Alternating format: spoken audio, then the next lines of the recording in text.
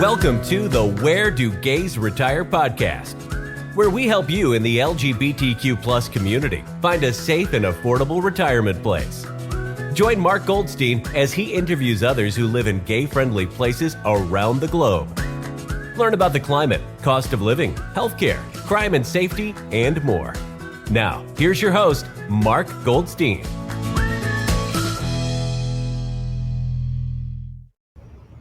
Have you ever wondered what it's like to be living in Nashville, Tennessee? Well, if you're afraid to ask, you'll find out in just a few moments. We have our guest, Evan Thomas, and he's going to be our expert and letting us know. So let me tell you a little bit about Evan. Good morning, or afternoon, I should say, Evan. Yeah, good afternoon, Mark. So Evan is originally from Dothan, Alabama. Did I say that right? You did. Nice job. Thank you. And he graduated from Auburn University in 2007 with a degree in communication. After an internship with the Today Show, he moved to Nashville, Tennessee to begin post-college life. After 6 years in Nashville, he moved to Washington, D.C. and back to Auburn, where he worked for his first in-house recruiter for the College of Liberal Arts and as the development associate for the College of Architecture, Design, and Construction. In 2018, he returned to Nashville to join his twin brother, Elliot, in real estate. The Thomas twins team has now grown to 3 agents, 1 admin assistant, and a transaction coordinator.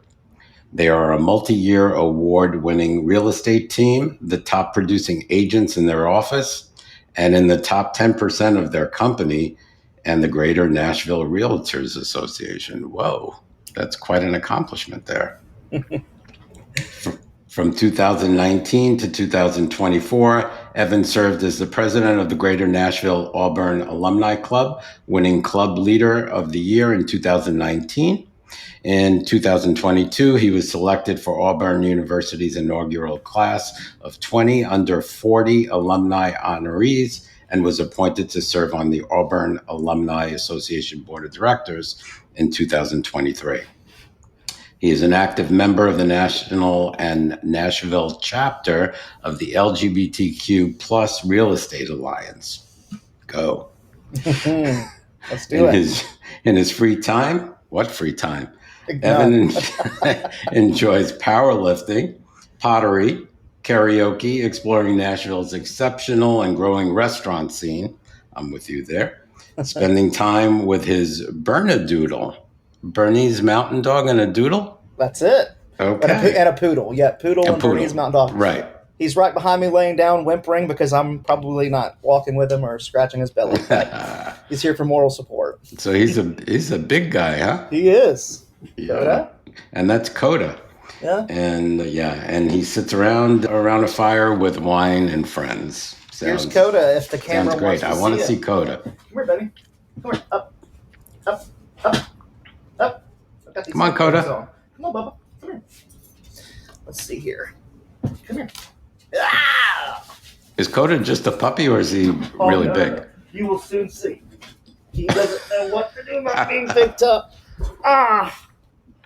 Oh my goodness, that Coda. What a mush. He's like, what is happening? You know what? That powerlifting comes in handy. I've got tennis elbow, so that wasn't as easy as I expected it to be. But I could imagine. Thank you for showing us you're welcome. Coda. I wish he was a little more open to being picked up and shown off for the camera, but he's not like his daddy. Just worked up a sweat. A mild one. All right.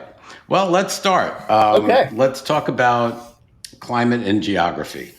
So, Evan, can you describe Nashville's climate throughout the year? How hot does it get in the summer? How cold does the winters get? Yeah, that's a great question. It's, if you're wanting 4 seasons, I think Nashville is ideal for that. Granted, the best seasons, in my opinion, spring and fall, they tend to be a little bit shorter, unfortunately. Yeah. I wish that we had a longer fall and a longer spring. But I would say that our summers tend to be pretty hot, between 85 to 100 degrees, humid, with occasional thunderstorms. We have mild winters, with temperatures rarely dipping below freezing and occasional light snow or ice. However, right Right now is now? that exceptional time. Okay. Yes, For currently. for the audience, it's January 21st. So we have this freeze over the United States right now. So Yes. I'm sure, yeah, even Tennessee is getting it because the South is getting it.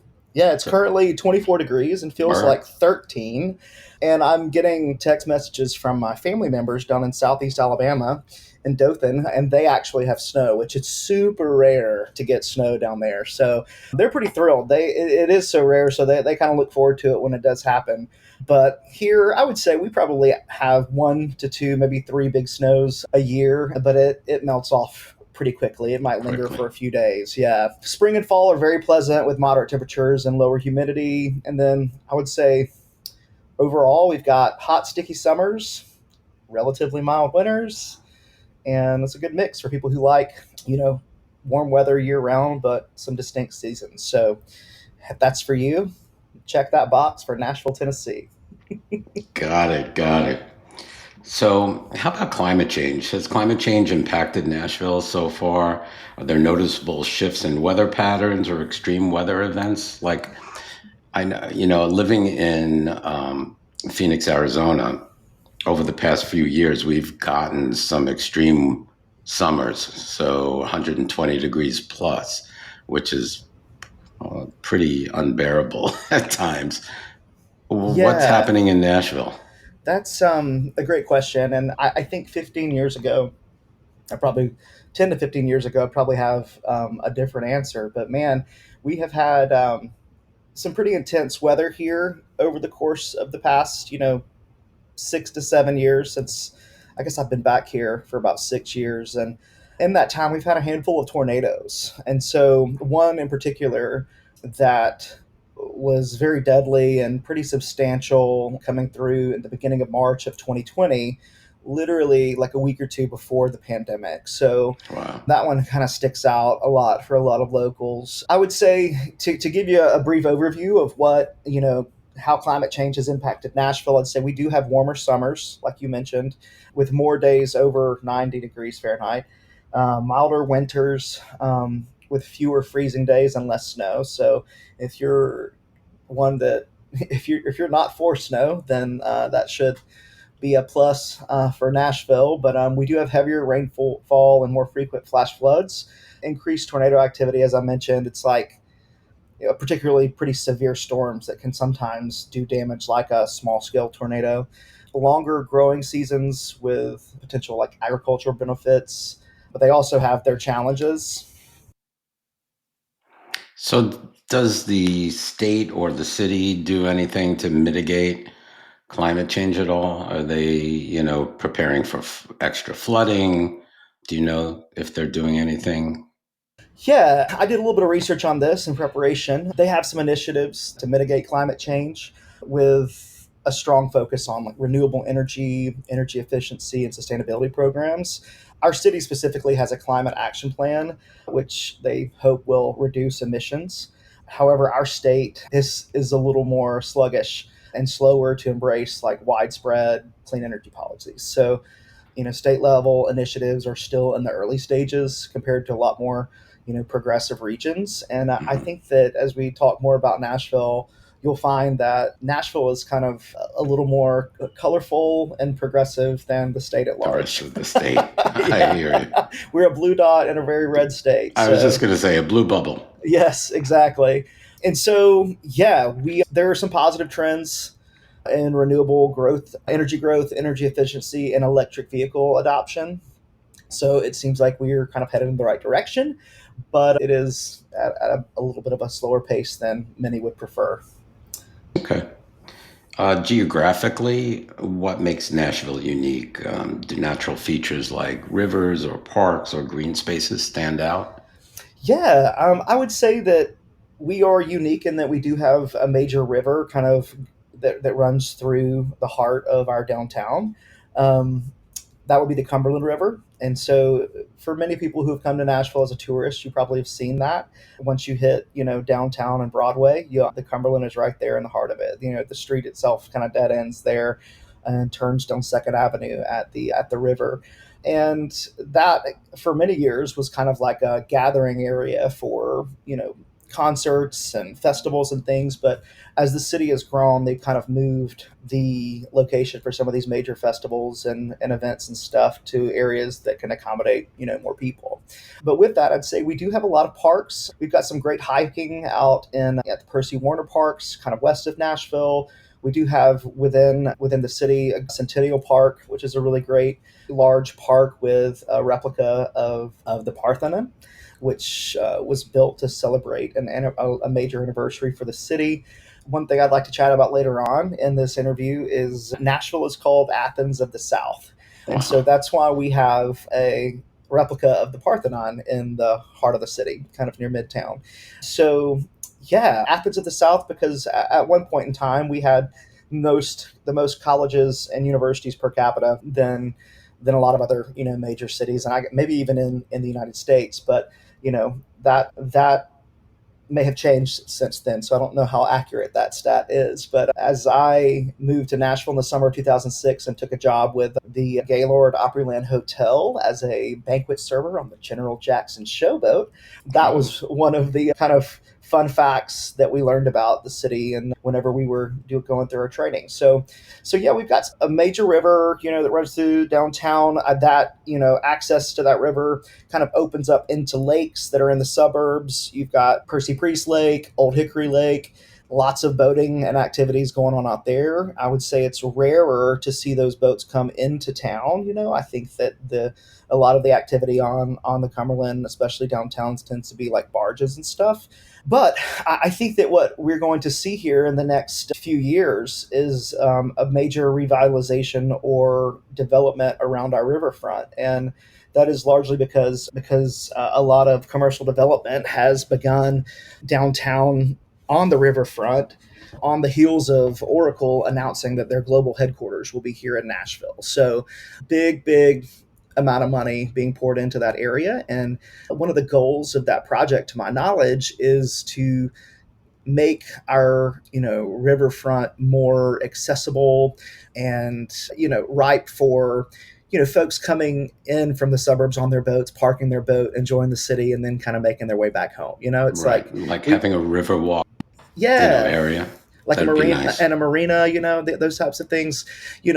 That's what I understand will be, a byproduct of all this. And so it'll be really interesting to see, how that changes our city and makes it more efficient and easier to kind of get around and enjoy that resource. That sounds great.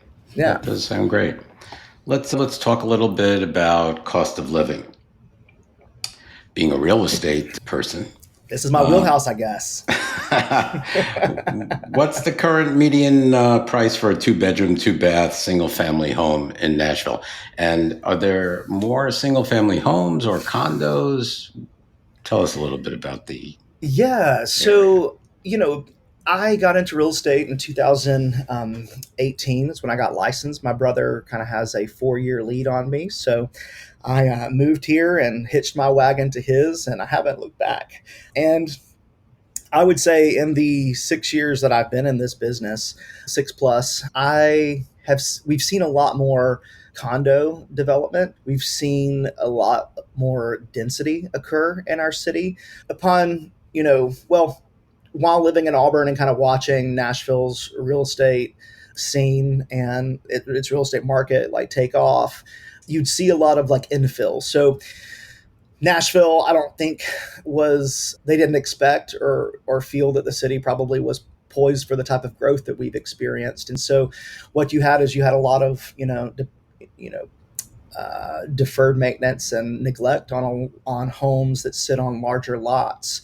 And in order for us to become a more dense city, one that could grow at the pace in which we were, you started seeing builders and developers, and the city kind of probably made it more conducive for developers to do this through some zoning changes. But you started seeing a rise in this kind of architectural kind of approach of, building higher and taller. So you had builders and developers coming in and raising neglected older homes on larger lots and then building two homes on one lot, and going up. Got it. So that particular style of home here is what we call an HPR, which stands for horizontal property regime. And so you can have an attached HPR or a detached HPR. A lot of people that are coming in from out of town are looking at that and probably thinking like, oh, that's a townhome. Well, not necessarily. Townhomes tend to be more than two, and some people probably would say, oh, that's a duplex. And the way that I compare a duplex to this type of product is, a duplex tends to be owned by typically like, one person, and then you've got maybe tenants or an owner occupied on one side and a tenant on the other. And so an HPR, you own, your particular unit individually, unless you buy both, and then you will have shared common elements, and sometimes that means having to work with your neighbor around, going in on a fence together if it's attached, if you have dogs, things like that. But it comes with its hurdles sometimes, but it can be ideal for those that kind of want to be, in the heart of the city, in the middle of the action, with less yard maintenance and things like that. So it sounds like a condo. Yeah, it is kind of like a condo. We do have varying styles of condos here, but I would say, with the growth of the city has come a lot more like mid to high rise condo buildings. I just actually toured one last week called the Paramount, which will be Nashville's tallest luxury high-rise condo building. In this, I saw a presentation on it. Rather, it's not. It's being built right now, and it is the building that has been home to our downtown YMCA. So that amenity or facility will be a part of this development. But yeah, 60 stories high and will be pretty expensive too. Yeah. Yeah, I'm sure. Will definitely change the skyline of Nashville a little bit. Yeah, but yeah. All kinds of condos starting at $1 million. Yeah. I think each one was probably at minimum or at its lowest price, I believe, is $1 million plus. Yeah. Yeah. I would. Yeah. Some of those will be certain floors. I think will be designated as apartment rentals, and then others, the luxury condos, will be available for purchase. It'll be a nice kind of owner's floor, I guess. With some amenities and stuff, but yeah, we've got a lot of condos. I think another thing to mention that is kind of altered Nashville's kind of housing scene. I think this has been a challenge in a lot of other major markets too. Is the short-term rental, and so there have been condo developments that have been built typically with a more commercial like zoning that have been built specifically for short-term rentals. And these buildings typically are available for those that are not intending to occupy it. So a non-owner occupied short-term rental property. Those are rarer, so they have kind of like a higher value and dollar amount. And so that also has kind of complicated the cost of condos, here in the city, because it drives the price a little bit higher, but they're a different product because they are more of an investment opportunity for folks. And so it's like an Airbnb. Yeah, exactly. It is an Airbnb. Yeah. But short-term rentals, are for people that want to rent out, their homes on Airbnb or VRBO. So yeah, that's been a major thing here, as this has become a huge tourist destination, for the entire country, but especially here in the South. And so, yeah, that's a very loaded answer there, but we've got lots of single family homes. I think what makes Nashville really unique is that you can have an urban experience with some really great like walkability. You can go out to the suburbs and you can find a home that's either really close to or on a lake. You can go out to the suburbs and be on these sprawling estates with lots of acreage. You've got areas that are probably more wooded. So if you wanted to kind of be in, an area that's, has more foliage and more, forest or woods or whatever, you've got that. It's just a very, very wide range of options here in Middle Tennessee in terms of housing. And so I think it makes it a really unique place because of that. Evan, give me an example, median home price for a 2-bedroom, 2-bath. single family home? Yeah, I pulled some stats for you for this, and as of January of 25, the median price for a two-bedroom, two-bathroom, single-family home in Nashville is generally around 350,000 to 450,000. That's pretty So, reasonable. yeah, it kind of depends on the neighborhood and its proximity to the city. We've seen a pretty steady increase over the last few years due to our city's growth and popularity. So, other factors are kind of limited housing inventory and increased demand.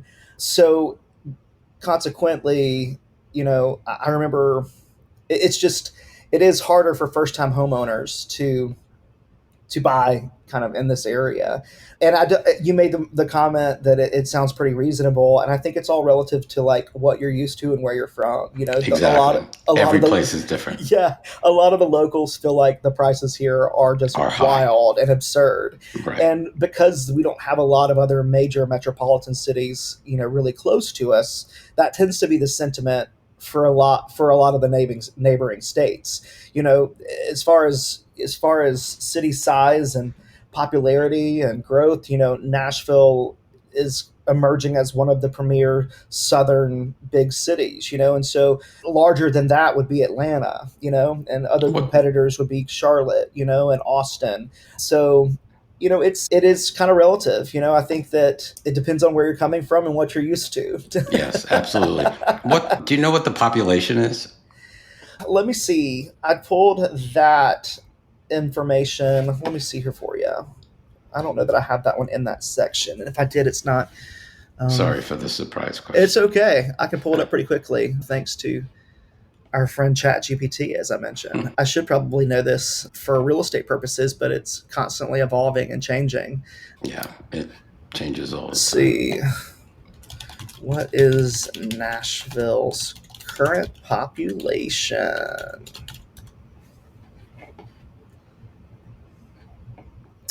All right. As of the most recent estimates in 2023, the population of Nashville is approximately 715,000.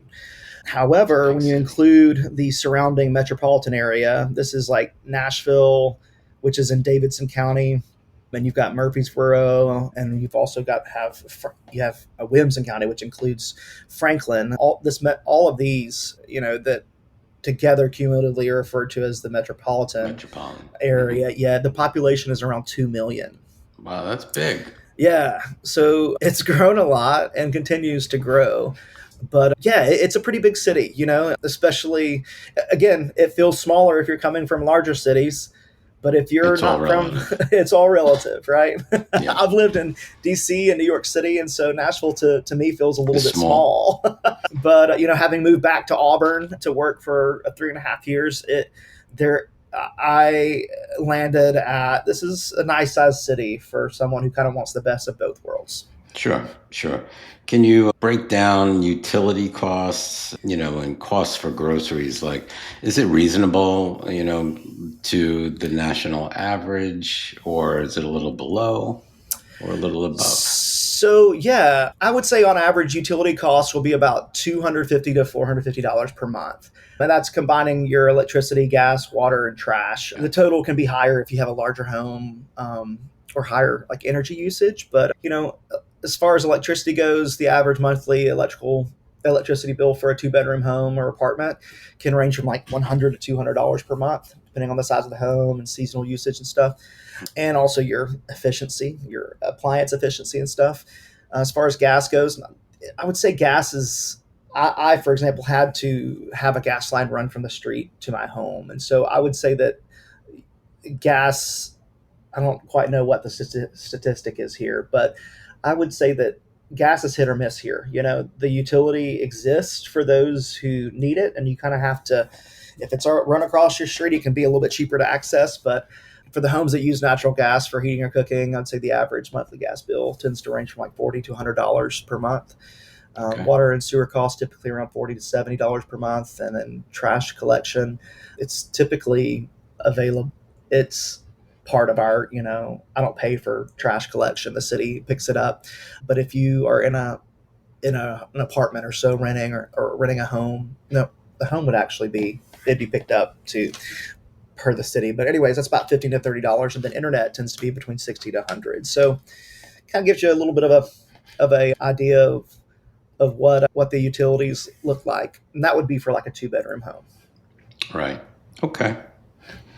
All right. So that would pretty much cover everything we need to know about cost of living, and the overall cost of living in Nashville. I guess it compares. It's probably. I mean, it's all relative, but if it probably compares to other major cities in the South. I would say its overall cost of living is probably above the national average, but it's still more affordable compared to cities like New York, LA, San Francisco. Say housing is probably the biggest expense, but it's more affordable than other major cities in the South like Atlanta and Miami. So kind of a little bit in the middle there, Gotcha. Let's talk about the LGBTQ community. You're involved. Let's do it.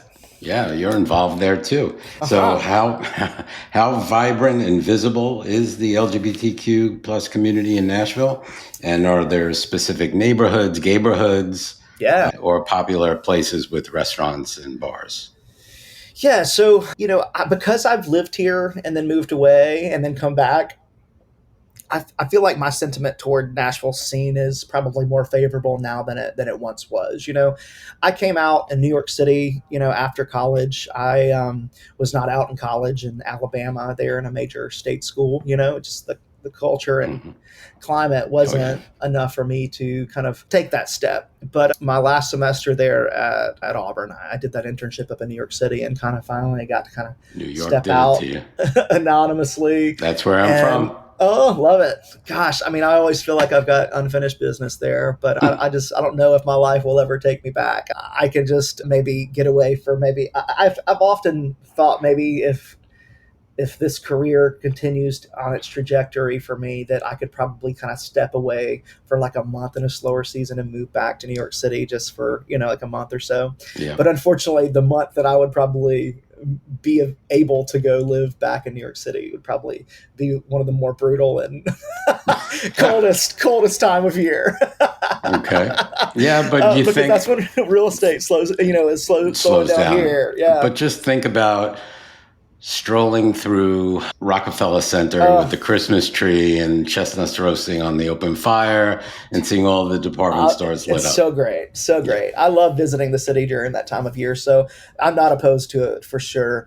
But yeah, getting back to Nashville, having lived in DC and New York City and then also traveling a lot for work prior to my return back to Nashville, I feel like I had an opportunity to experience a lot of different cities and their gayborhoods and the gay scene. And so I would say that I'd probably, if I could give it like a rating between 1 to 10, I would probably say like probably 8 to 8.5. Yeah. And I think a lot of that has to do with, we are a blue dot in a red state. And so if there is to be, we are kind of as gay as it gets in Tennessee, Right. And a lot of that has to do too with the culture of the city. And it's a big, music town. So obviously creatives, the entertainment industry, you've got, for a long time, Nashville was a big publishing center mecca. It was also a big healthcare mecca here too. A lot of healthcare companies here. So anyways, all that to say, it has become a growing hub for the LGBTQ community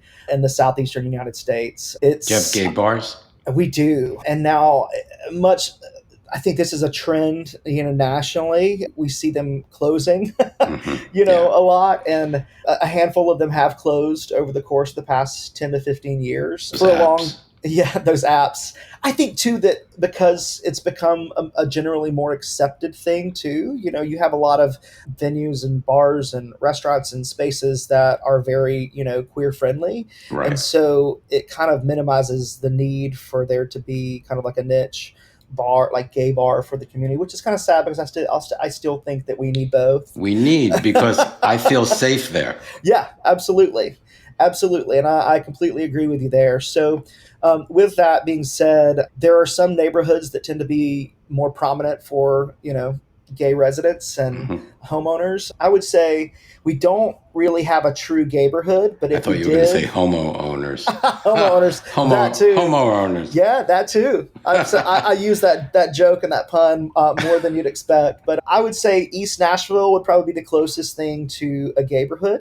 Okay. You just see a lot of pride flags and a lot of historic homes in that neighborhood. You got some great walkability to a lot of different queer friendly restaurants. And in recent years, a few years ago, one of the gay bars that used to be in closer to downtown, like on Church Street, ironically, is where a lot of the gay bars used to be here in Nashville. Church Street. It's kind of ironic, right? Given the role that church has played in the hurt and harm to LGBTQ people, it's kind of funny to say, yeah, are you guys going to church tonight, right? Right. Some wild things have happened at church, for many years. But no, all that to say, there still are a few of the more prominent ones are still there, but there's one in particular called Canvas Lounge. Sadly, the bar's founder and owner passed away a few weeks ago, and I think his passing brought a more kind of a celebration of life and put a spotlight on how important that bar has become in our community. Mm. And so Canvas Lounge moved a few years ago, largely due to increasing costs and rent and stuff. It moved to East Nashville. And so now in East Nashville, you have one of the most iconic lesbian bars in the country called the Lipstick Lounge. And they have like karaoke every night. They actually are expanding and building off of the back end of their parking lot. And that addition will be called Chapstick. It's going to be a sports bar at the lesbian bar. Oh, so we've got Chapstick and the Lipstick Lounge. Yeah. Yeah. So you've got that bar, and then you've got Canvas kind of within walking distance. It's handful of blocks, but in the neighborhood.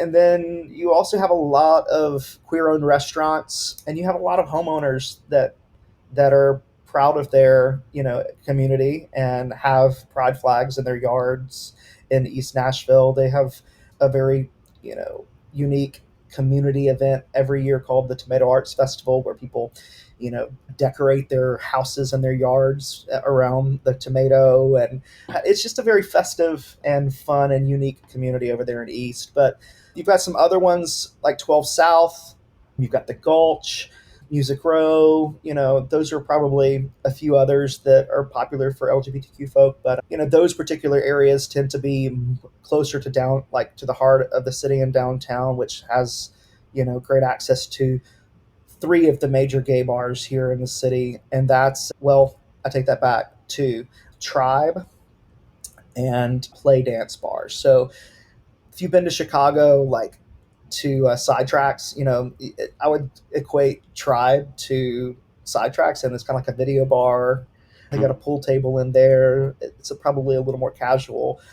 Play Dance bars are huge, like drag queen bar. We've had a lot of the drag queens there are actually salaried, and they call them playmates. And we've had a handful of drag queens from Nashville go on to RuPaul's Drag Race and have become nationally known drag queens, like Brooklyn Heights, for example. She's from Canada, but she kind of... I love that name. Brooklyn Heights.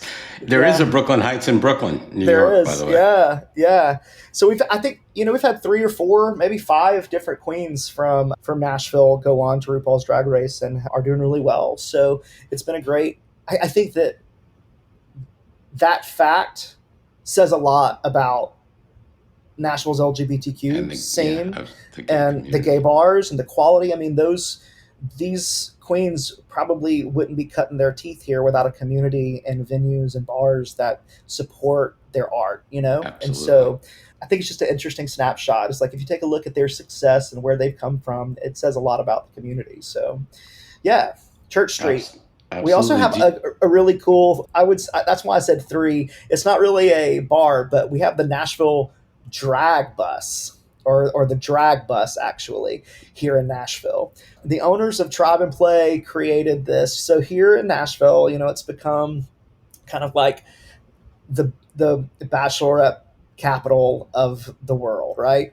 I don't know. We're probably competing, obviously, with Vegas on that and some other cities, but it has become a supremely popular destination for bachelorette parties. And so, with that, our city has had this emergence of what we call transpotainment. And locals would probably deem it like a little bit of a nuisance because it can be really frustrating to be stuck in traffic behind some of these folks, but it's like you have buses, open air buses. Buses. They've now kind of there's been some regulation. They've kind of required some of these to be closed in, but Mark, I kid you not, some of the wildest things people come up with. Like there's one called Hell on Wheels. It's kind of like a vehicle that you're like partying on. They've got loud music. It's kind of like a music playing. You're allowed to bring your own beverages on board, and it just drives you down the strip on Broadway and around downtown. And you're just like so watching. Much fun. Yeah, there's one that has like a hot tub like in it, and you're like, and so the gay community are here, or the owners of Tribe and Play decided to come up with their own concept, and so it is a bus that has been outfitted. It has like some poles in the middle. It's got like a back area where the drag queens change their clothes, and you ride around town drinking, the beverages that you've brought with yourself, and you're being entertained by drag queens on the bus as you ride around town. That's great. Yeah. I love that. The drag bus. And you know what? Bachelorette parties, bachelorettes, they just love the gay community. They do. It has its pros and cons, I know. It's like we love our allies, but it sometimes also gets too much. It can be a lot, yeah. Mm-hmm. And they're taking up space that our queer brothers and sisters and family are. That it's much needed. I don't know. I don't want to get too far in the weeds with that. Same thing happens here in Palm Springs. Yeah. And so, and they come into those spaces sometimes without the education or the empathy, or I don't know. It just has its pros and cons. I'll just leave it at that. I hear you. Does Nashville have a pride parade? We do. We have a really big pride, and in preparation for this interview, it's just so funny to think how far things have come with our Pride Festival. I alluded earlier to the fact that we used to have festivals and stuff downtown, like at Riverfront, and one of those that I recall is our Pride. It used to be downtown, like kind of at Riverfront, and it then moved to next to like the Capitol and this big green space. And since then, it's now moved to another area of town, kind of closer to Germantown. But that's just because it's grown tremendously. Our Pride is one of our city's largest annual events. It's held every June, and it's hot as hell, like every year, And I guess as far as climate change is confirmed, Pride is a testament to that, because almost it can be quite unbearable. Yeah. I think Atlanta moved theirs to October for that reason, and it's been in the fall for many years down there in Atlanta. I don't know if or when that would happen for us, but it currently is in June. It takes place in, like I said, outside of Germantown, kind of between downtown and Germantown. It features, we bring in some huge, performers. I believe it was last year or the year prior, Jill Biden came and spoke, to the crowd at Pride. We do have a huge, massive parade that goes through downtown. And yeah, it's become quite the event through the years. Yeah. Lots of vendors. They have a VIP experience too that has some perks. We typically, there are some events that are precursors to our Pride, but yeah, it's quite the event. And I believe the Pride board hired a local queer-owned company called Good Neighbors that operates out of East Nashville. They put on a lot of the biggest festivals here in Middle Tennessee, and have also they have been hired to do prides in a lot of other cities as well, like Louisville. I say Louisville, Louisville. Louisville.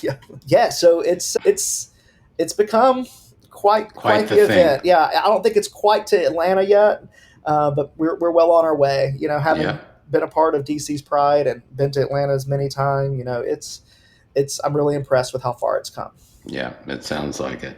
Does Nashville have any community centers specifically for seniors or LGBTQ?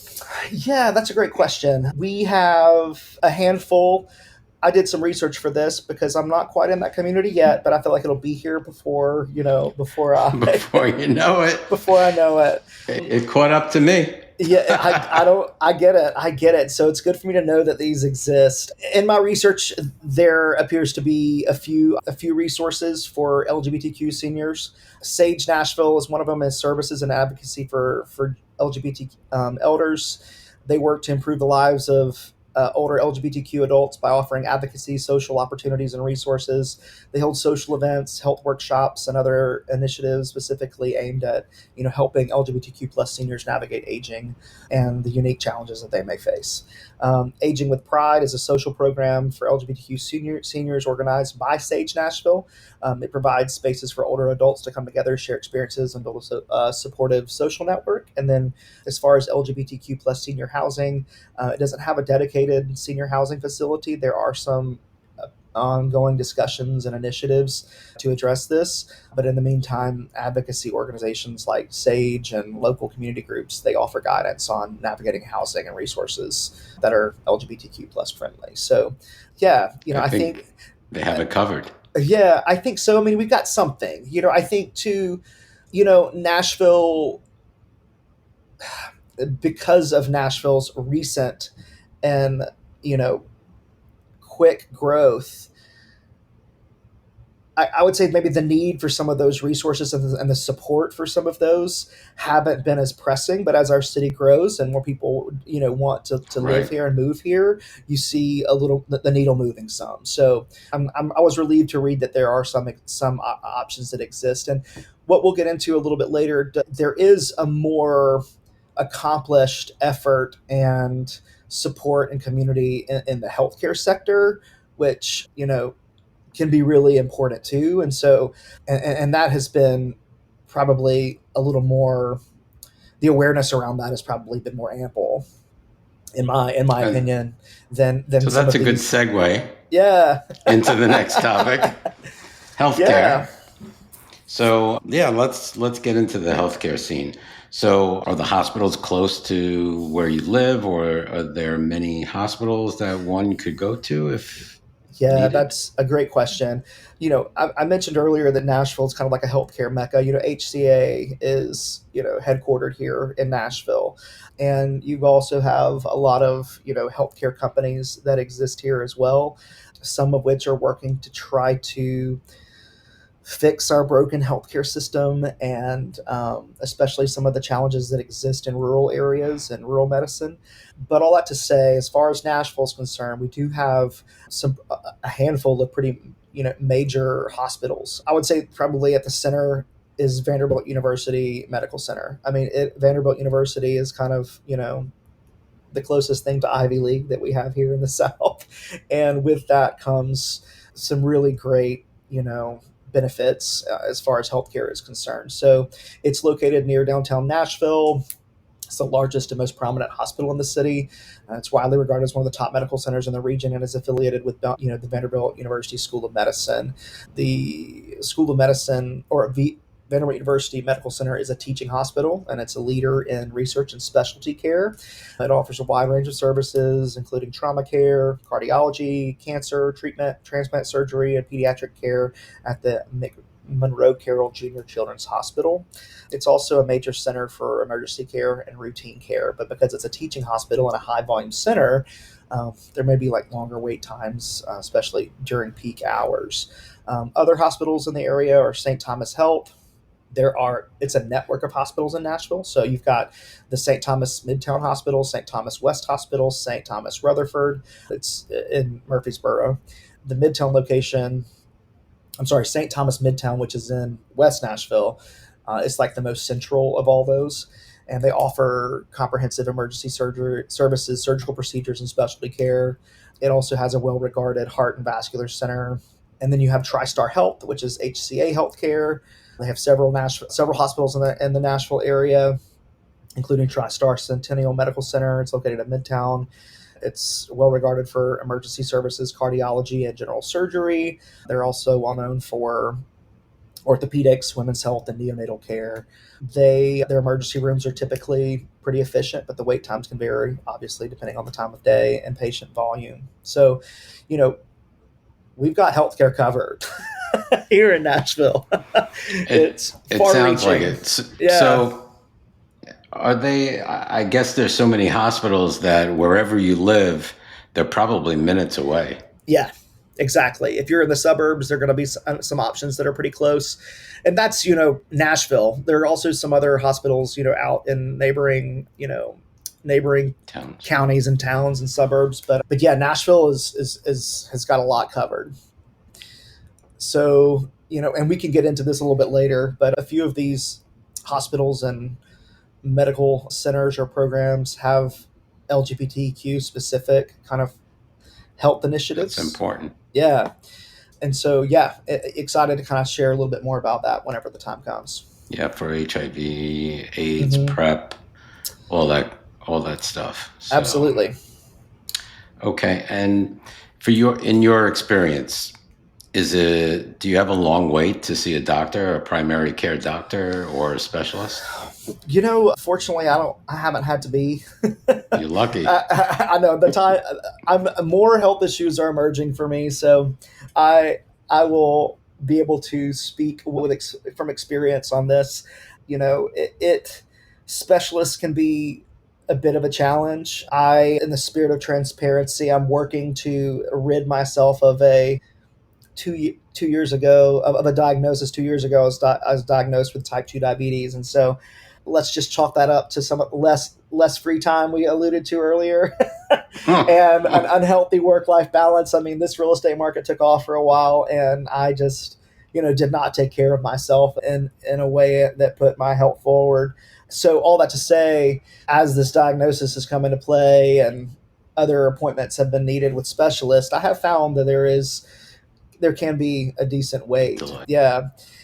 I would say access to primary care doctors is relatively good in Nashville. A lot of healthcare practices are accepting new patients, but as far as specialists goes, you may face a longer wait time for appointments, especially if it's a well-established provider in a busy part of the city. For non-urgent appointments, the wait time to see a primary care physician or a specialist can vary. Routine checkups, it's not uncommon to wait 2 to 3 weeks to secure an appointment. Some doctors' offices offer same day or next day appointments for urgent concerns, but those are more available with urgent care centers, and we have a lot of those through those some of which are like through Vanderbilt, others that are independent. But we do have a wide range of specialists in Nashville because of Vanderbilt and St. Thomas, and they attract a lot of leading specialists, especially in regards to like cancer care, neurology, cardiology, or orthopedics, and women's health. So, yeah. It is for areas like cardiology and neurology. You may have to wait several weeks for an initial consultation. But yeah, I would say overall, Nashville is pretty well equipped in terms of specialty care and referrals from primary care physicians. Getting back to the LGBTQ friendly portion of healthcare. Yeah. Are there specific institutions that cater to the LGBTQ plus community? Yeah, I would say kind of one of the early adoptees of LGBTQ care was probably Vanderbilt University Medical Center. Others like St. Thomas Health and Pride Health are known for their like inclusive care and their dedication to like meeting the needs of the community, especially for transgender individuals and those living with HIV and AIDS. Other community health organizations like the Tennessee Equality Project and Nashville Cares and the Oasis Center, they offer really great advocacy and resources and support for those that are seeking LGBTQ affirmative health care. I think one of the most affirming and comfortable medical experiences that I have ever had in my lifetime is through a clinic called Music City Prep.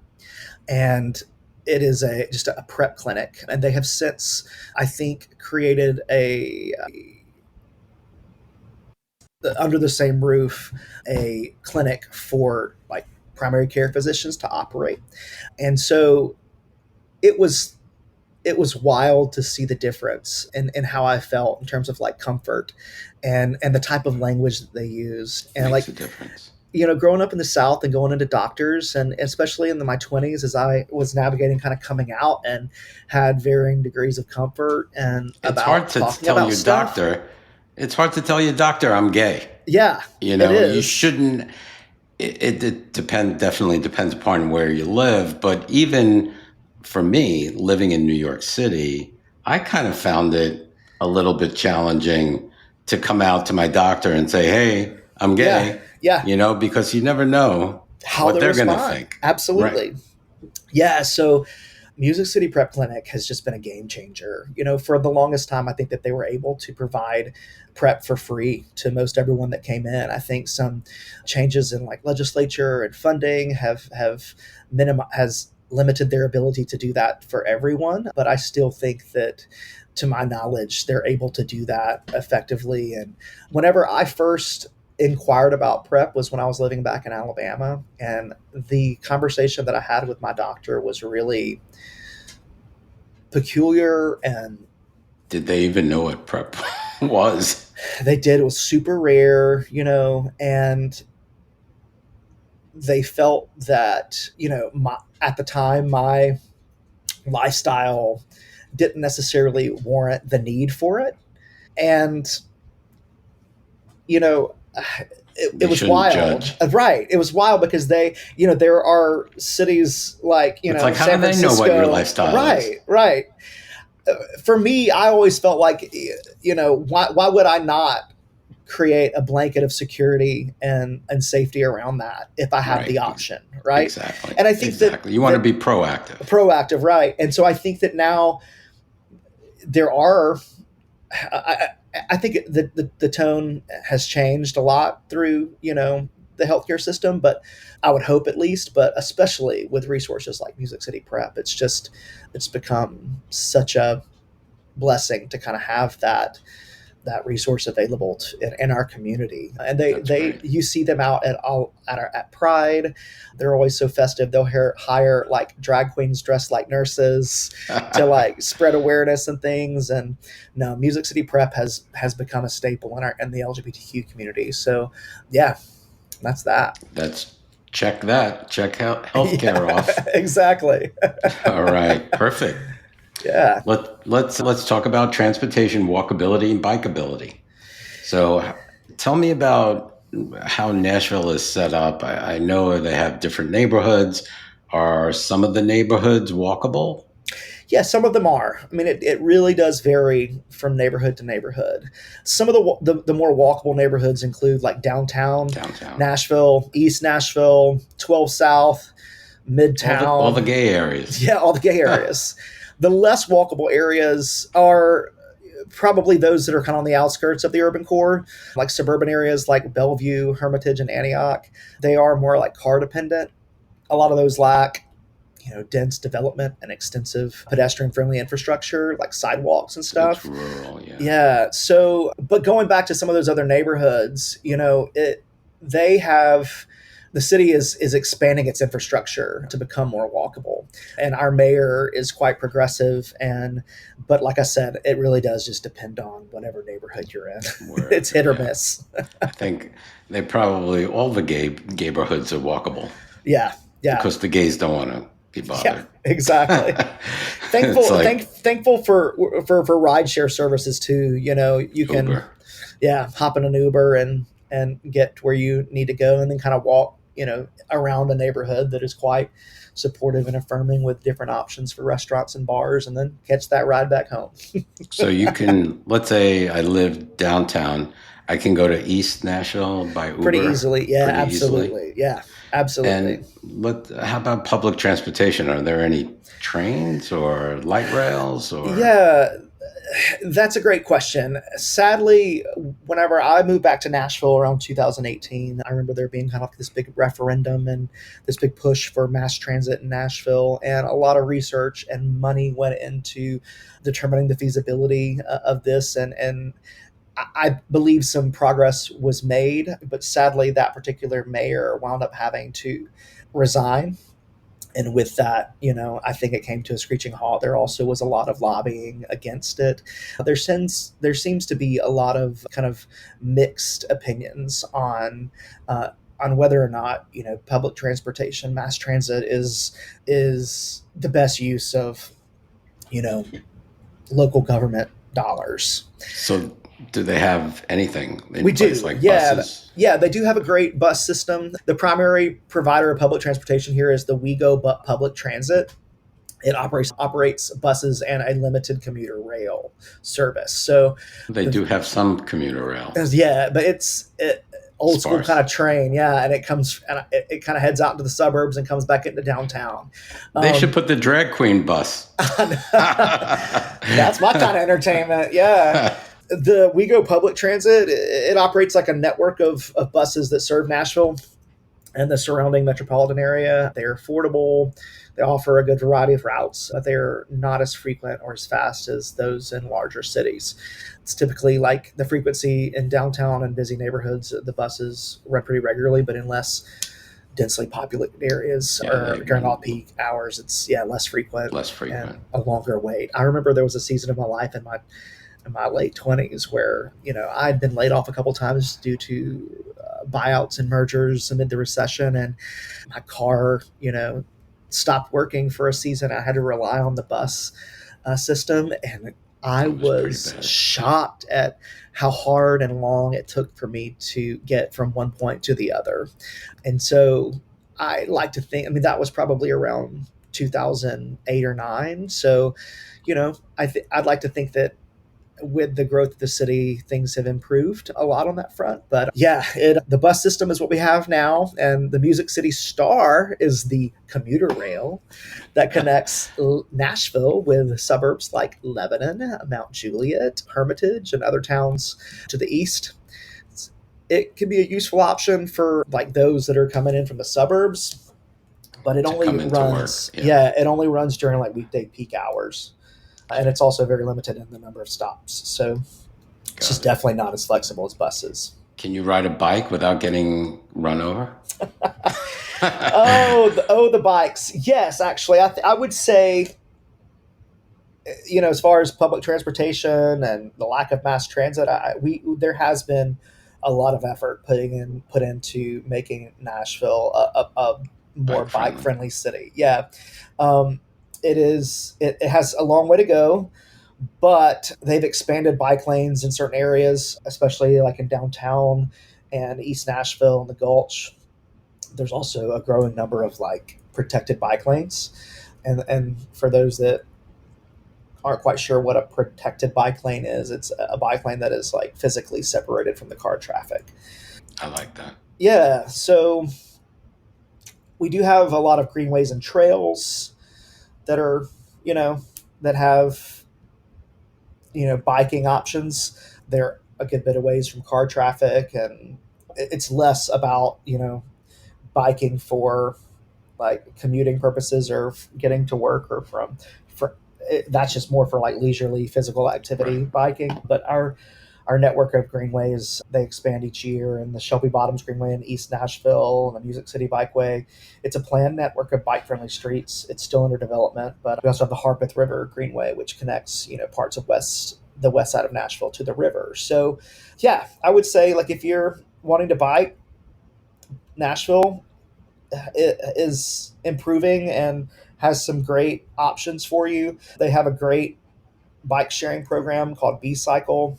It gives you the option to rent bikes for short trips. Of course, you now have scooters that can be popular as well. But I don't know if the retirees.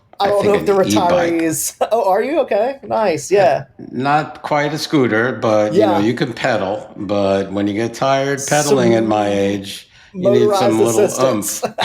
Right. Especially on those hills. I get it. Yeah. Yep. Oh, yeah. Just throttle. Yeah. I completely agree. So, I would say, we do have a pretty active cycling community. They have like a Nashville, like bike to work day, and they have organized rides for enthusiasts of varying skill levels and stuff. So there's also a number of like bike shops and cycling clubs in the city. So yeah, if biking's your Great. thing, Nashville's got you covered, I would say. Check that. So, Ah, okay, a little lacking in public transportation. Walkability is great in most areas, and bikeability is on the it's pretty rise. good. Yeah, Yeah. I'd say so too. Okay. All right. Let's get into arts, culture, and dining. So this is a Man, big thing in Nashville. I would say So this is probably where we shine. It's yes, like it's a that's part what you're of, known for. yeah, it's part of our like identity. It is the heartbeat of our city. It's, I think, why it's become such a popular, tourist destination, and it's been that way for a long time. We have a very rich musical heritage here. That legacy is deeply woven into the fabric of our city, and even beyond, even though it is like, music city and the country music capital, there is a lot of rich history too within some of our, historic African American neighborhoods. We do have, it's actually the neighborhood of which I own a home and reside in, that has traditionally been a historically black neighborhood with some of the nation's, premier HBCUs, so historically black colleges, universities. So you've got Meharry, which is like a medical school, Fisk University, and the Fisk Jubilee Singers have such an amazing, unique history. It's a singing group out of Fisk University. And you also have one of the largest HBCU like state schools here in this zip code and neighborhood as well, Tennessee State University. And so all three of those are in North Nashville. And I say not north of Nashville, because it is kind of north of Nashville, but North Nashville, North kind Nashville. of the neighborhood. Yeah.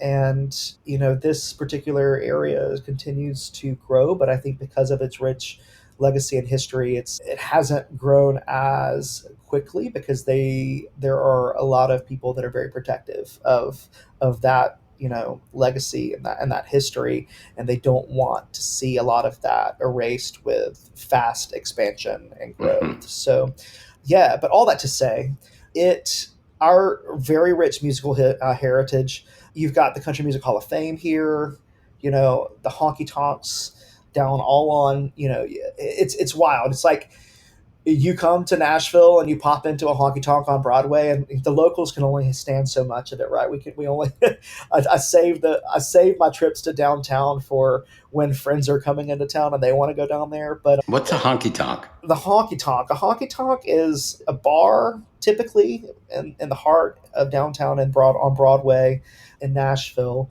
and they got cold beer and live music. It's Think of also the has, song "Honky Tonk Woman." yeah, yeah. It's honky tonks. There are so many in downtown Nashville. That's where the bulk of them are. But in addition to our, music, we have a very thriving arts and cultural scene here too, and a very very vibrant dining culture. I mean, like, prior to Nashville's emergence as like a major U.S. city, I would say our restaurant scene was pretty good, but it's just out of this world now. You've got a lot of award-winning chefs, James Beard nominated, chefs and restaurateurs who have won awards in major culinary cities like, New York City, Chicago, LA.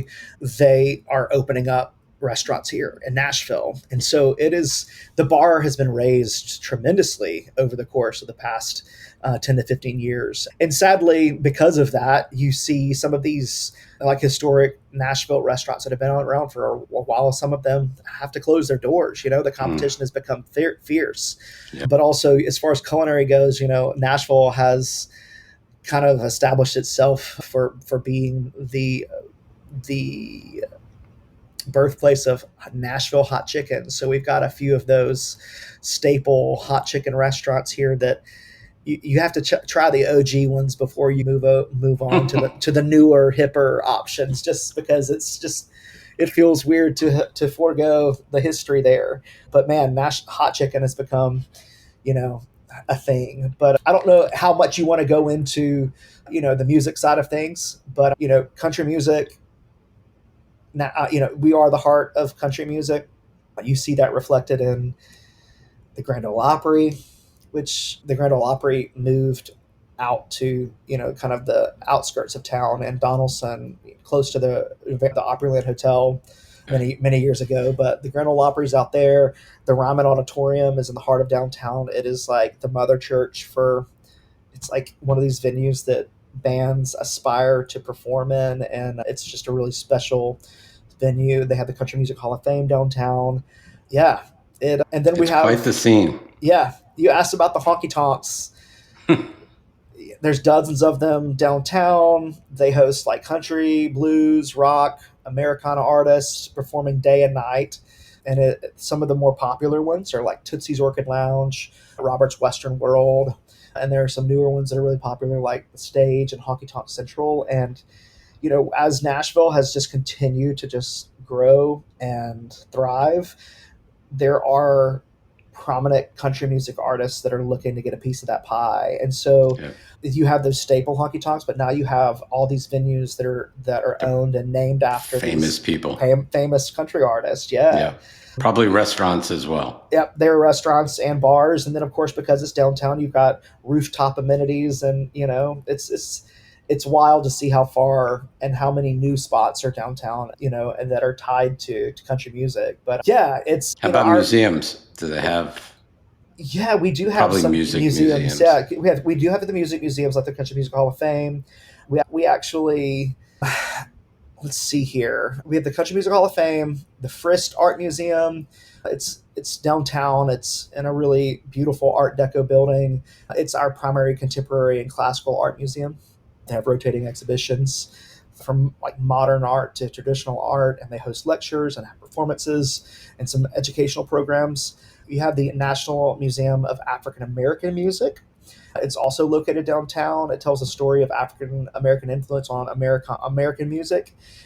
And they also kind of explored varying genres like jazz, blues, gospel, and hip hop. And it's dedicated to honoring like the cultural contributions of African American artists and shaping the nation's sound. Yeah, it's really cool. It's located outside of this adjacent to this really fancy, cool kind of development called Fifth and Broad, where there is it's like a mall food court. It's called the Assembly Food Hall, but instead of it being a lot of chains, it's all a lot of Nashville, restaurants that have a location that are kind of local. And so that's really neat. But you have the Apple Store, and then you have this huge glass wall down on Broad, and then you have the National Museum of African American Music. But we also have the Johnny Cash Museum. And so, those are the museums. And then we've got, surprisingly, a handful of art galleries around town.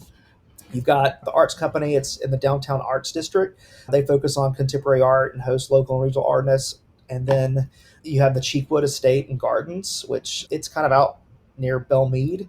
It's home to an art gallery. They have permanent collections and rotating exhibits. They're also renowned for their botanical gardens and seasonal exhibits such as the Chihuly glass art in the garden. So that's really cool. Yeah. And then the Nashville's Fifth Avenue of the Arts it's a district in downtown Nashville where we have a bunch of galleries and cultural venues, and they have like art walks there. And we also have some Wedgwood Houston has some great art gallery spaces, and it's like an emerging area, a neighborhood here close to the heart of the city near downtown.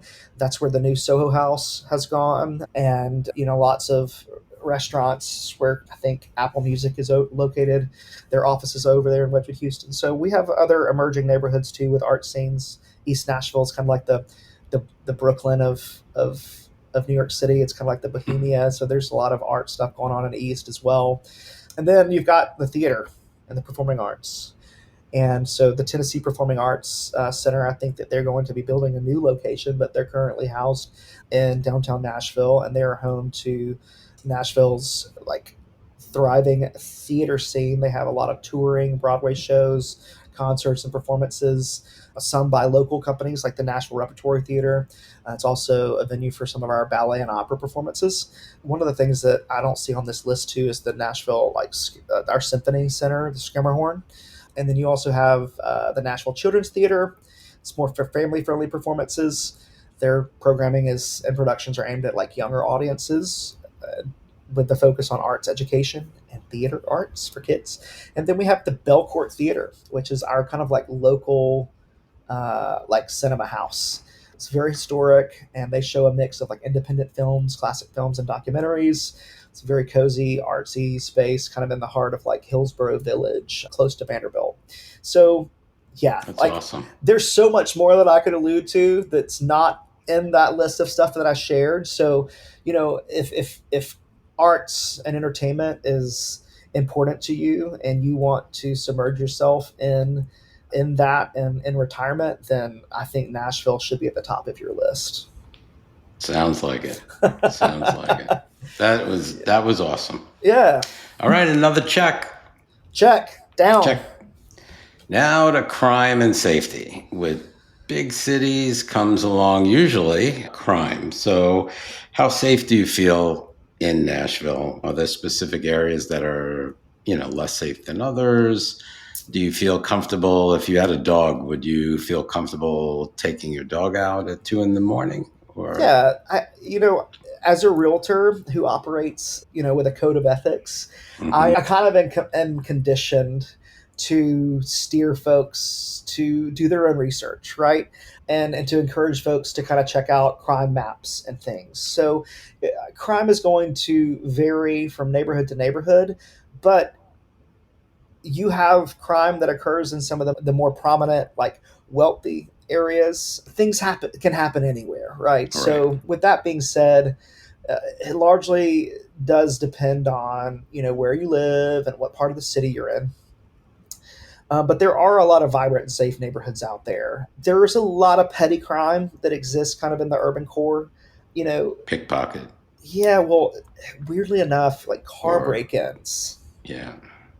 Like teenagers have, especially here in the past few weeks, because I'm part of some of these neighborhood pages on like Facebook and stuff, have just gone on these sprees of like busting out windows and like, stealing stuff, or maybe not even stealing anything, but with the intent to steal something. If there's nothing of value, they don't take anything. But the hard part with that type of crime is just, our police department are in the weeds tackling more pressing matters, and so it feels like it's hard. Yeah, it's hard for them to get a major hold on things like that. It just kind of feels like it takes for it to become kind of a larger issue for it to receive attention. Yeah, and so all that to say, I would say most people feel safe in downtown and more urban areas, especially where the like walkability and lights and cameras are. But there are some, I would say you should always, regardless of where you are, practice caution, Right. And whenever you go when you're walking anywhere, especially like at night and stuff. So some of the factors that kind of influence safety here in Nashville, I would say, is tourism. So with that, they do have a strong police presence around downtown, and like Sobro, which is like a little nickname for south of Broadway, and the Gulch, like Broadway, the Gulch, downtown, Sobro, they have a lot of tourists. So the police tend to be a little more present in those areas. But with that, there does become, pickpocketing and like drunken behavior, lots of public intoxications that are happening downtown in some of these, honky tonks. I could imagine. Yeah. And like scuffles, like fights and people getting thrown out of bars. I mean, it's kind of like, in New Orleans down in the French Quarter on Bourbon Street, it's like anytime you have an alcohol fueled environment where folks are partying, inevitably you're going to have some issues. Yeah. There also is some like economic disparities. So there are some areas where poverty is more prevalent, and those neighborhoods sometimes obviously have they experience some higher crime rates, especially is during Tennessee open carry? I believe so. Yes.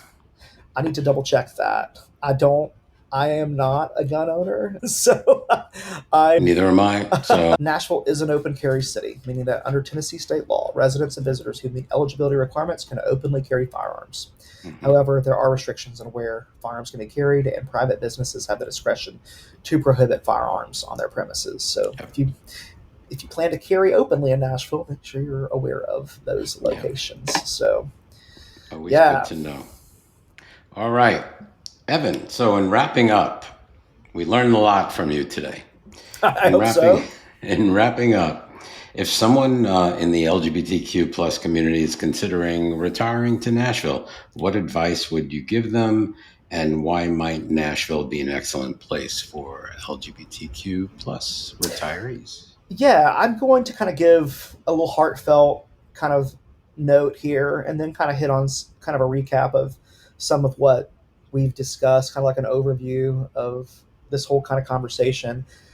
And then I'm going to add a few kind of unique plugs to I think, what would make Nashville, a really great option.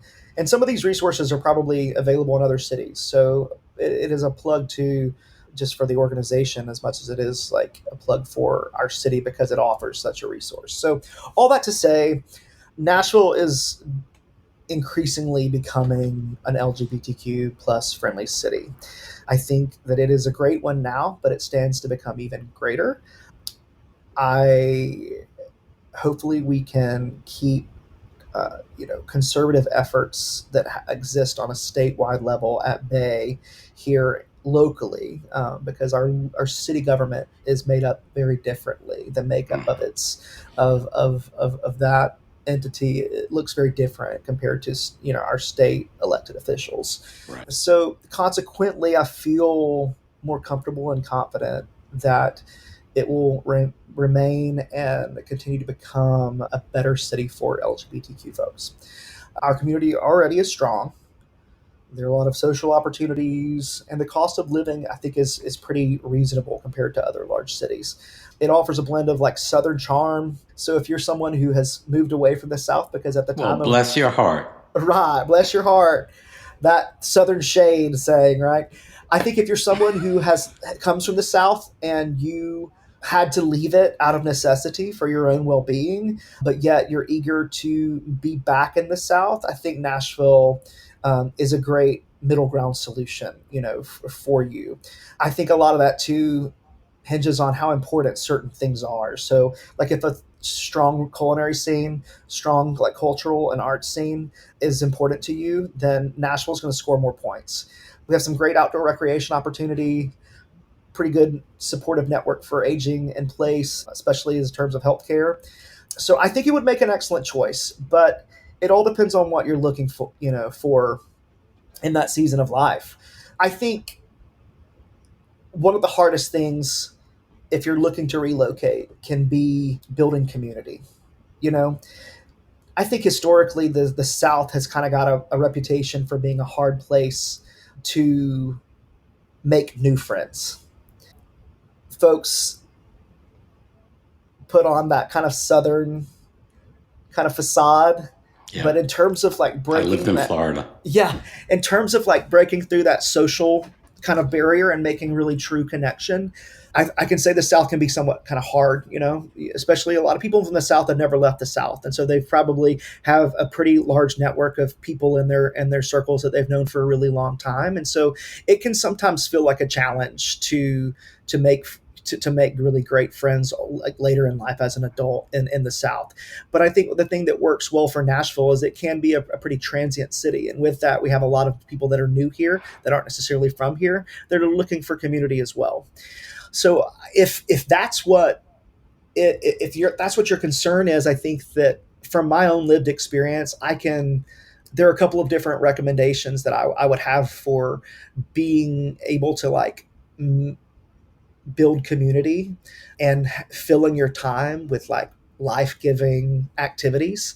And for me, when I lived in DC, I joined the Gay Men's Chorus of Washington, and I was like 29 years old. I think I turned 30 while I was in that group. And I remember really liking DC, especially because it's such a big gay city, especially for young adults. But I did feel like it took me a while. It is a very transit city as well. It took me a while to feel like I had Home. found my people, Yeah. and had community. And that really didn't feel like that fell into place until I joined this group. And that opportunity offered me a few different benefits. One of those was I was able to do something that I love, and that was to sing in a choral environment, because I had spent a lot of my youth and young adult years doing that through church and through choir. Through college. So it was the first time after college, after coming out, that I was able to sing in a choral environment with. It was an audition group, so you had to have some degree of like skill and talent to be able to get in. But with that, the level of excellence and performance was greater too. But the community was just so welcoming, and it was the gayest thing I'd ever done outside of other activities, wink wink. But I'm just saying, in terms Wink, of wink. being publicly gay and like being unapologetic about seeking community within an organization, that was the first time I'd kind of stepped out and done that. And so I speak to this because an LGBTQ choir has, community members of all different ages, and you don't age out of that. And it can be very life-giving to be a part of an organization like that. So with that being said, we do have one here in Nashville. I'm not a member of it, but it's called Nashville in Harmony. I have friends that are a part of it. It's a prominent nonprofit organization that has become a key part of our LGBTQ community. And it's just dedicated to creating a more inclusive and supportive environment for the power of music and community engagement. And so they're known for its work in fostering unity and visibility, offering a unique platform for LGBTQ individuals and allies to come together in celebration of music and shared values. Just a really special group. And you can, look them up online to find out more information if that's something that interests you. They're celebrating a big anniversary this year. Don't quote me on this, but maybe it's 25 years. I think they just had a big 25-year celebration like at the Ryman Auditorium. Could be wrong on that. But if you are retiring in Nashville in Harmony offers an opportunity to enrich your life through music, social connection, and the shared goal of like creating a more inclusive and compassionate society. So I would say that's one opportunity for you. And then the second one that is really unique is, I said I would allude to this earlier in our interview, is Nashville is called Athens of the South. Mm-hmm. And that nickname kind of captures our city's unique connection to intellectual pursuits, arts, higher learning, and cultural refinement. Like higher education is such a big part of this city's identity. And our Vanderbilt University obviously is one of the biggest and well-known institutions when it comes to Nashville, Tennessee. And so with that being said, I think that as a retiree, there is a really unique opportunity, to plug into what universities offer. So given my ties to Auburn University, you mentioned that in my in my bio, it's like I'm very well aware of a lot of the opportunities that exist, to that community by way of the university. And the same benefits and resources exist here too, because of how many universities are in and institutions are in Nashville. I have a partner that is 26 years older than I am, and he is actually retired. We are in a long distance relationship, but he lives in Auburn, Alabama. Wow. And yeah, I introduced him to an organization before he retired, as he was easing into retirement in Auburn, called OLLI, but it's an acronym that stands for the Osher Lifelong Learning Institute. And I would highly encourage you to look into OLLI, OLLI, to see if it's available to you in your city, or a city that you're considering for retirement. It is an amazing resource for like retirees and older adults, especially in the Nashville area, that are looking for intellectual stimulation, social engagement, and personal growth. It's part of a national network of Osher Lifelong Learning Institutes. This is particularly the Vanderbilt University one that provides educational programs specifically designed for people aged 50 and older, but with like no exams or grades. It's almost like you're auditing classes to some extent. That. Yeah, but its emphasis is really focused on fostering a love of learning in a relaxed and supportive environment. And so my partner signs up for classes each semester. A lot of times, some of these courses are taught by retired college professors or even active college professors, but they range from academic categories like history. Uniquely enough, my partner's history teacher moved to Auburn and kind of started teaching history at Auburn University right around the time my partner was in college. And this was in the 70s. And he was a very young professor at the time, right? Maybe like 2 years into teaching. But he became one of the most iconic history professors on Auburn's campus and one of the most iconic professors at Auburn, like just so revered and well-loved by so many students. And he has since retired, but now he teaches history classes at Ollie. And so my partner like is getting to take, world history courses on certain regions and stuff from his own this beloved, professor who he actually had classes with when he was a college student. So it's like this really cool full circle moment, but it can be more academically minded or centered, or it could be more hobby centered. Like my partner has taken classes on songwriting. He's taken 2 semesters now of a film course where they assess film, and the instructor is someone who used to work in the industry in LA and speaks to different themes and production, elements and stuff in film. He's taken a sound bath course. I mean, the list goes on. So many different things that are available. So I don't know if this is something that any of your other, guests have chatted about in this particular resource, but I hope that I've been able to provide your listeners with something that they may not be aware of, and that is very useful and available in a lot of different college towns throughout the country. You certainly have.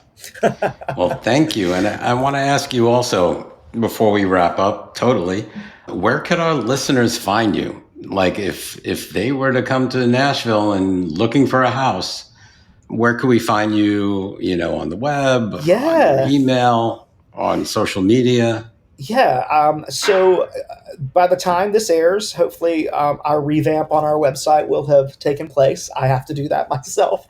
But that website would be the ThomasTwinsTeam.com.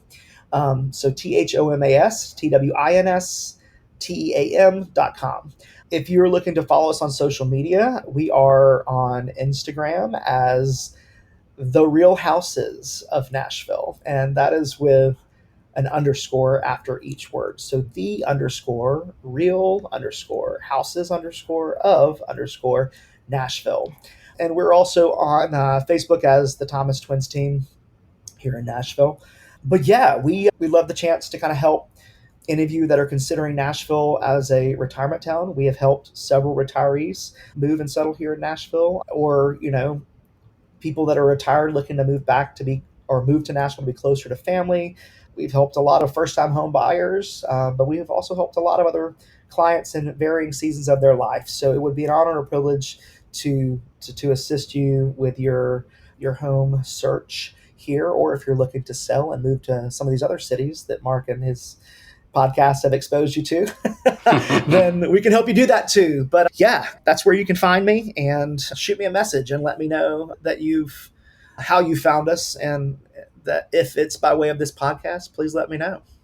It's very possible that they will find you through this podcast. Yeah, I love to hear it. I am 40 years old this year, so as I look toward the future, I think, I may want to retire in the next 20 to 25 years. This is a pretty tiring hustle, this world of real estate. It's so rewarding, and so has changed my life for the better, but it can also require a lot of you. So with each time I approach a new season of burnout, I question at what age am I going to be ready to hang this hat up? Yeah. And life takes you on different journeys along the way. So you never know. I mean, yeah. It's a moving target. It is. So awesome. With that, thank you so much, Evan. Really appreciate all of the input you've given us. You've been an amazing resource for letting us know what it's like living in Nashville. Well, thank you so much for having me, Mark. I hope that I can speak to the uniqueness and the vibrancy of this great city. And I would say, come visit before you make a decision to move here and or consider it as a top contender. And if you do, let me know. Maybe I can meet up with you while you're here in the city and kind of speak more to how great this place is. But yeah, we need more people in the LGBTQ community here who care about the community and want to be a part of improving it. So keep us on your list. Thank you. And yeah, it makes me want to visit, definitely. Come on, I want Mark. to check out, I have to experience a honky tonk. Yeah, come on, let's do it. I'll take you. All right. Thanks, All Evan. right. You're welcome, Mark. Appreciate it. Take care. You take care. Bye-bye. Bye. Thank you for listening to the Where Do Gays Retire podcast. If you enjoyed today's episode, please subscribe to our podcast and consider making a donation by clicking the coffee cup on any page at www.wheredogaysretire.com. Each cup of coffee that you buy costs $5 and goes towards helping us continue the podcast. Thank you for your continued support.